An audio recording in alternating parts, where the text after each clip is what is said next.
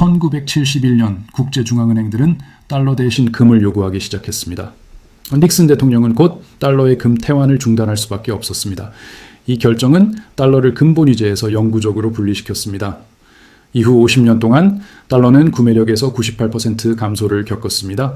오늘날 중앙은행들은 그 중요한 해 이후 볼 수 없었던 조치들을 취하고 있습니다. 그들은 현대 역사상 전례 없는 속도로 금을 확보하고 있습니다. 1996년 이후 처음으로 금은 이제 글로벌 중앙은행 준비금에서 더 큰 비중을 차지합니다. 이 비중은 미국 국채보다 많습니다. 이러한 추세는 우연이 아닙니다. 핵심 질문은 중앙은행들이 숨겨진 지식을 가지고 있는지 여부가 아닙니다. 대신 진정한 질문은 이 기관들이 무엇을 적극적으로 예측하는지에 집중됩니다. 이제 그 수치들을 살펴보겠습니다. 이 수치들은 정말 놀랍습니다. 금은 최근 1979년 이후 가장 강력한 실적을 달성했습니다. 이 귀금속은 2025년에 66% 증가를 보였습니다. 그 가치는 온스당 2,600달러에서 4,500달러 이상으로 상승했습니다. 이번 주에는 4,600달러를 넘어섰습니다. 이는 올해 들어 50번째 최고 기록을 세운 것입니다.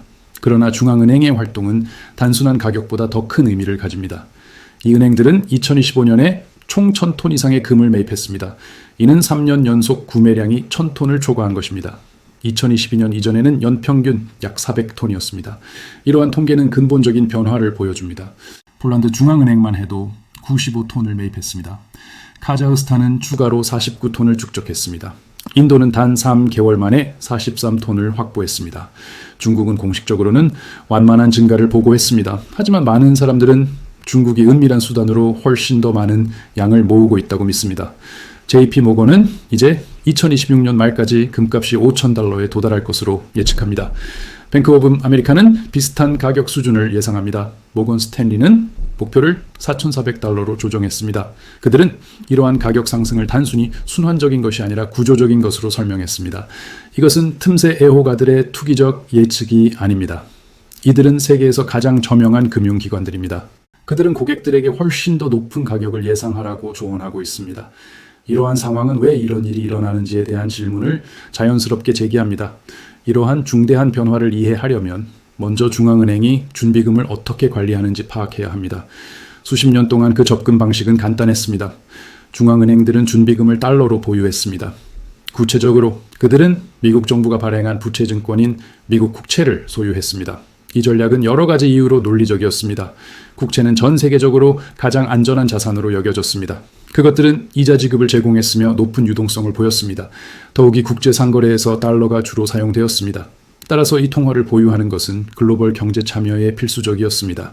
2014년 최고조에 달했을 때 국제중앙은행들은 전체 미국 국채의 40% 이상을 보유했습니다. 이는 미국이 상당한 재정 적자를 유지하도록 허용했습니다. 다른 나라 정부들은 이 부채를 지속적으로 매입했습니다. 어떤 이들은 이를 과도한 특권이라고 불렀습니다.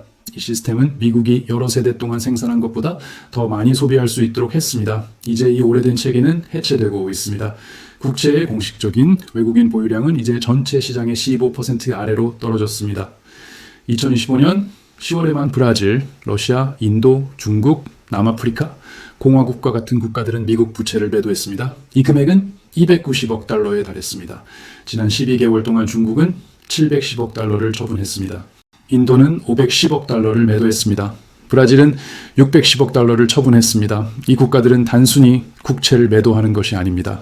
그들은 적극적으로 국채를 금으로 대체하고 있습니다.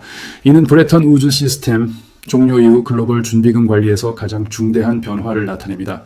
중앙은행들은 이자를 제공하지 않는 자산을 의도적으로 보유하기로 선택하고 있습니다. 이 자산은 수익을 창출하지 않으며 단지 금고에 보관될 뿐입니다.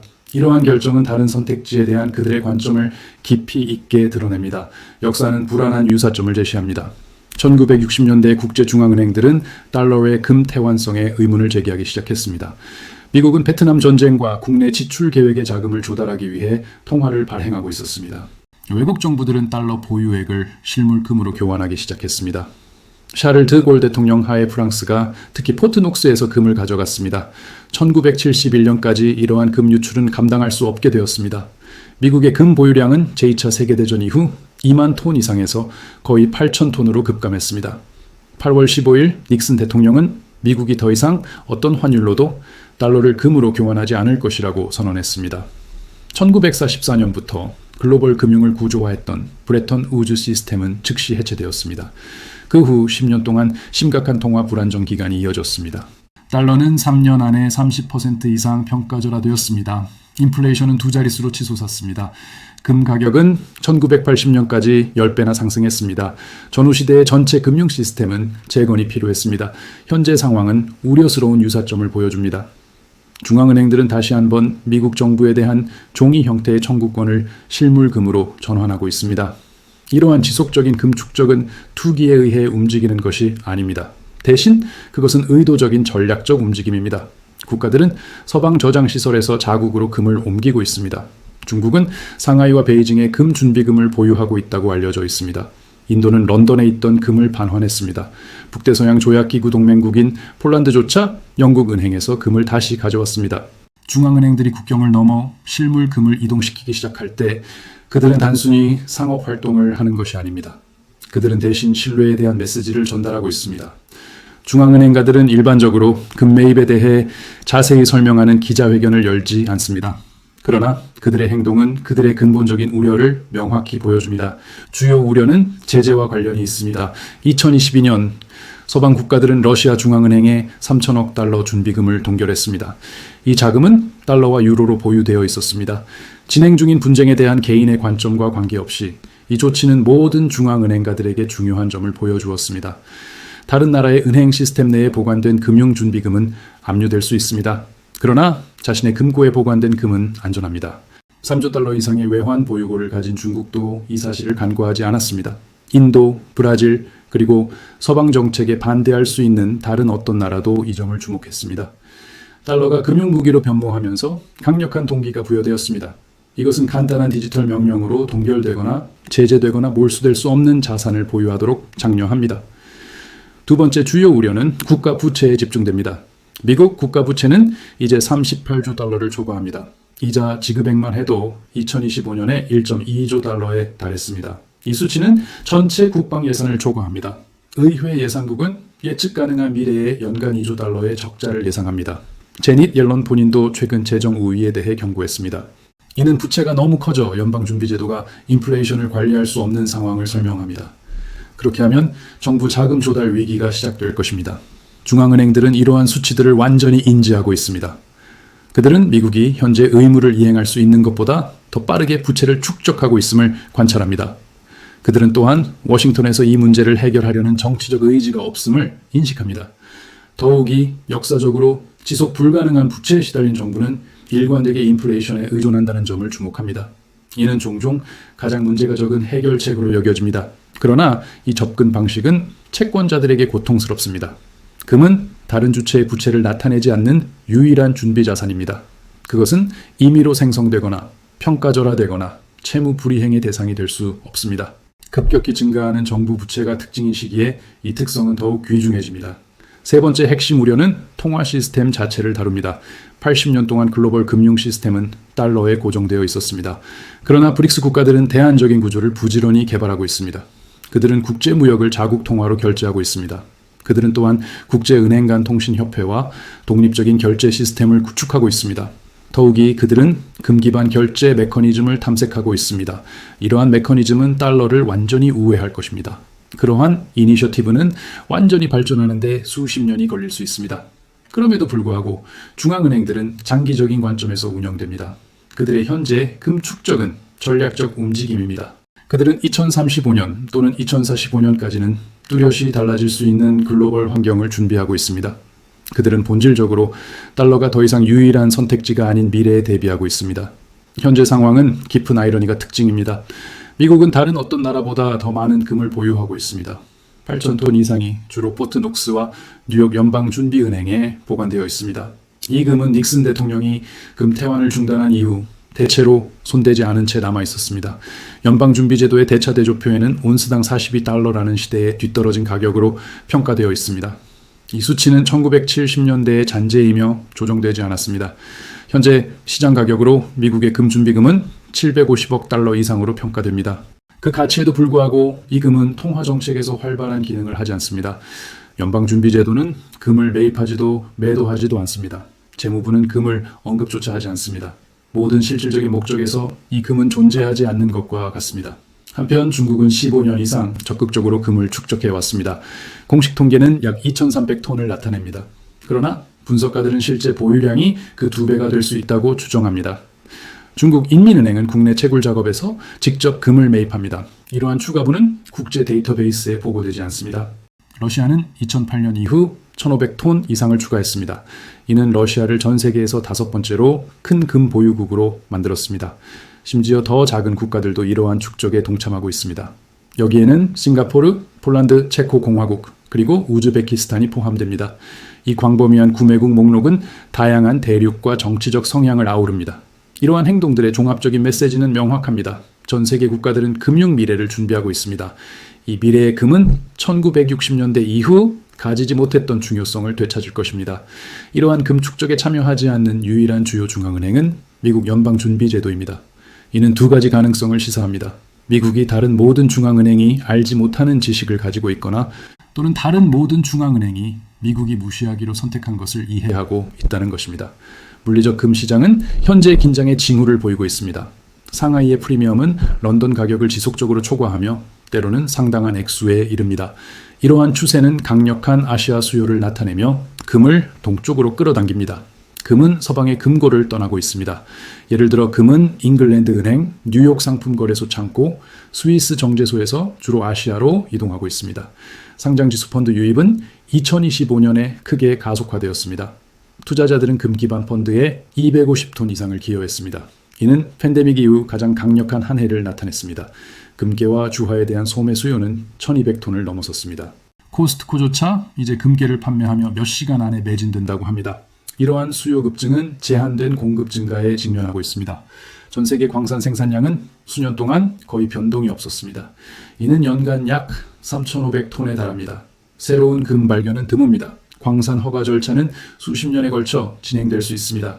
게다가 환경 규제는 새로운 프로젝트를 점점 더 어렵게 만들고 있습니다. 논리적인 결론은 간단합니다.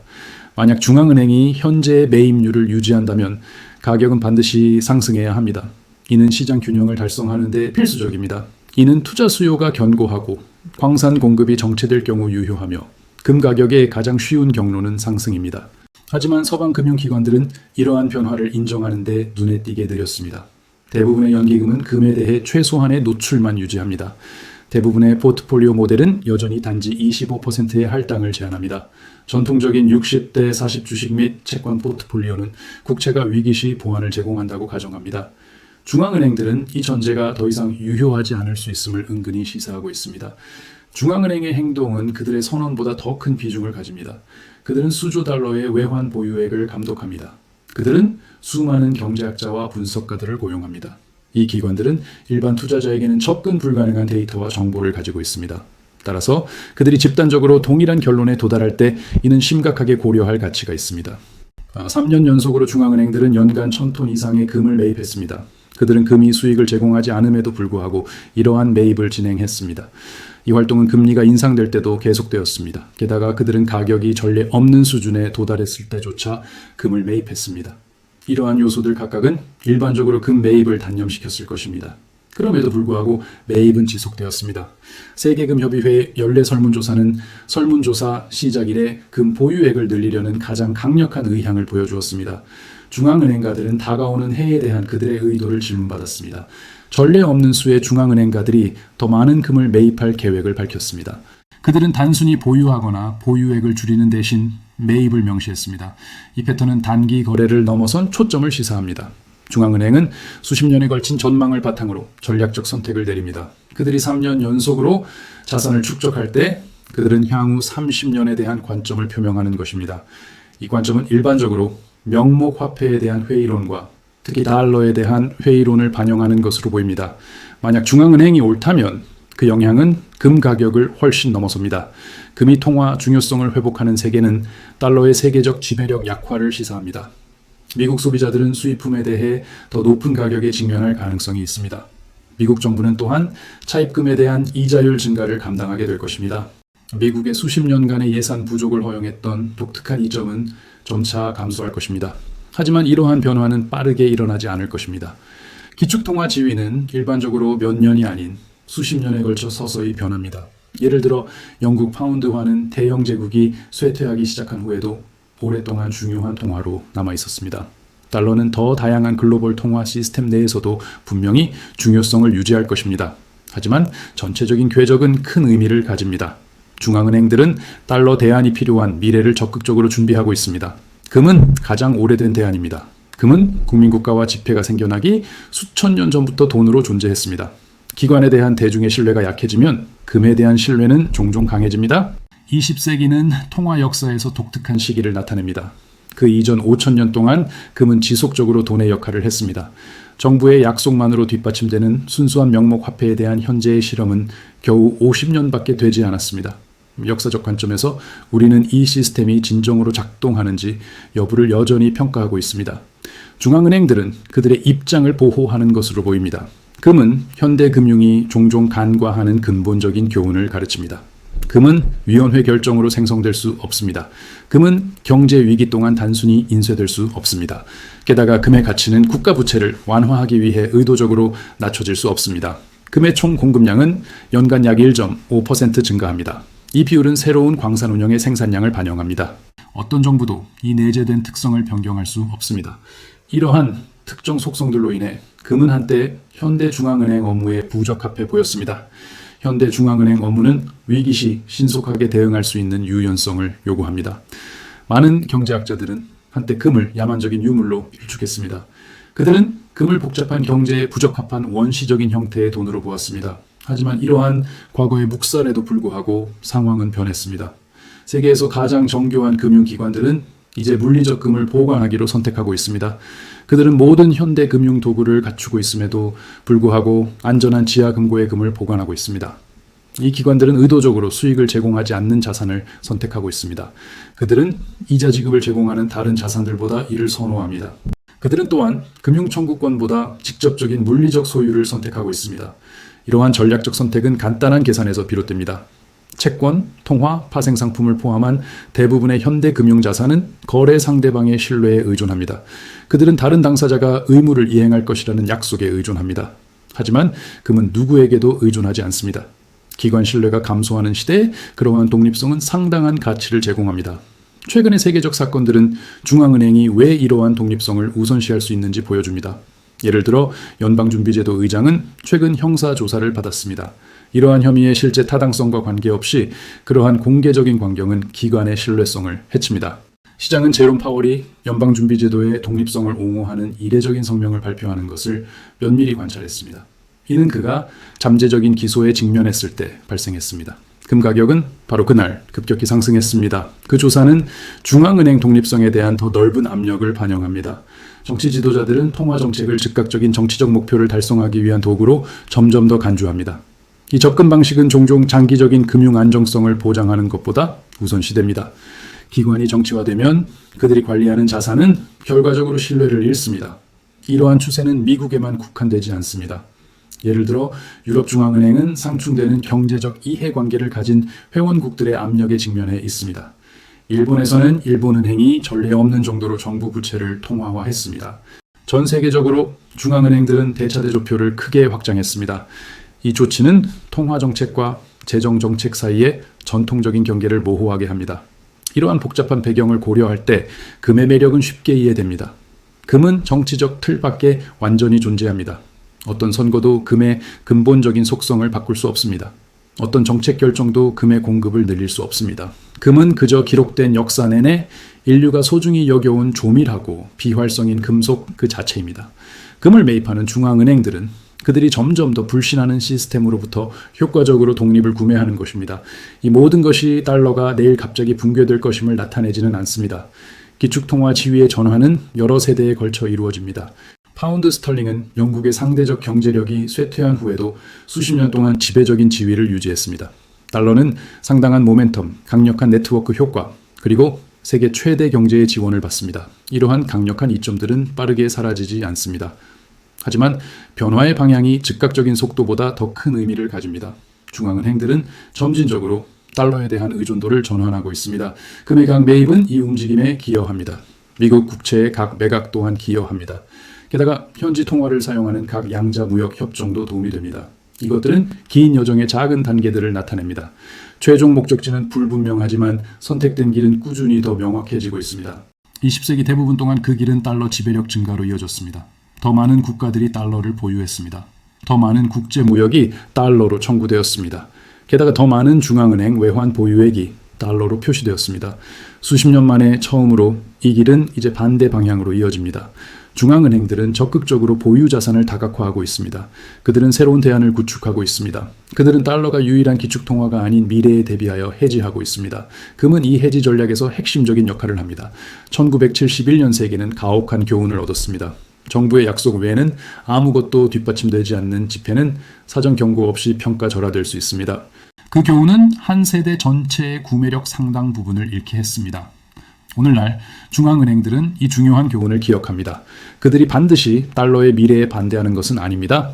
대신 그들은 달러의 내재된 위험에 현명하게 해지하고 있습니다. 그들은 그들의 보유액에 인쇄되거나 동결되거나 채무 불이행될 수 없는 자산을 포함하고 있는지 확인하고 있습니다. 그들이 축적하는 금은 어떠한 수익도 발생시키지 않습니다. 금은 다른 투자처럼 가치가 복리되지 않습니다. 금은 단순히 오랜 기간 동안 구매력을 보존합니다. 수십 년에 걸쳐 계획하는 기관들에게 이 속성은 어떠한 즉각적인 기회 비용보다 훨씬 중요합니다. 개인 투자자들은 당연히 다른 재정적 제약과 목표에 직면합니다. 그럼에도 불구하고 중앙은행에서 나오는 신호는 신중하게 고려할 가치가 있습니다. 이 강력한 기관들은 일반 투자자들이 접근할 수 없는 정보에 접근할 수 있습니다. 그들은 비용과 편의성을 무시하고 3년 연속으로 특정 자산을 집단적으로 선호합니다. 그들이 이렇게 할 때 그들의 판단은 상당한 비중을 가집니다. 현재 4,600달러로 책정된 금은 역사적 기준으로 저렴하다고 여겨지지 않습니다. 하지만 중앙은행들은 금이 저렴하기 때문에 매입하는 것이 아닙니다. 그들은 현존하는 금융 시스템 내에서 근본적인 우려를 인지하기 때문에 금을 구매하고 있습니다. 그들이 관찰하는 것은 압력이 가중되고 있는 달러 기반 시스템입니다. 여기에는 지속 불가능한 국가 부채와 무기화된 경제 제재가 포함됩니다. 대한 시스템이 현재 질서에 도전함에 따라 증가하는 정치적 간섭 또한 이러한 압력을 가중시킵니다. 물론 그들의 평가가 틀릴 수도 있습니다. 달러는 수십 년 동안 붕괴 예측에 성공적으로 저항해왔고 미국 금융 지배력은 계속될 수도 있습니다. 하지만 중앙은행들은 그 특정 결과에 도박하지 않습니다. 대신 그들은 달러의 지배력이 결국 사라질 경우 비축액을 보호할 단 하나의 자산을 축적하고 있습니다. 아마도 그들은 우리가 모르는 통찰력을 가지고 있을지도 모릅니다. 혹은 그들은 단순히 대중에게 공개된 동일한 데이터를 해석하고 있으며 다른 사람들이 피하려는 결론에 도달하고 있을 수도 있습니다. 어느 쪽이든 그 메시지는 분명합니다. 세계의 돈을 관리하는 기관들은 금을 선택하고 있습니다. 50년간 약속에 의해서만 뒷받침되던 명목 화폐 시대 이후 그들은 하나의 자산으로 돌아가고 있습니다. 이 자산은 어떤 담보도 필요로 하지 않습니다. 역사는 이러한 기관들이 행동에 있어서 다소 빠를 수 있음을 시사합니다. 또한 역사는 그들의 결정이 궁극적으로 옳았음을 증명할 것임을 시사합니다.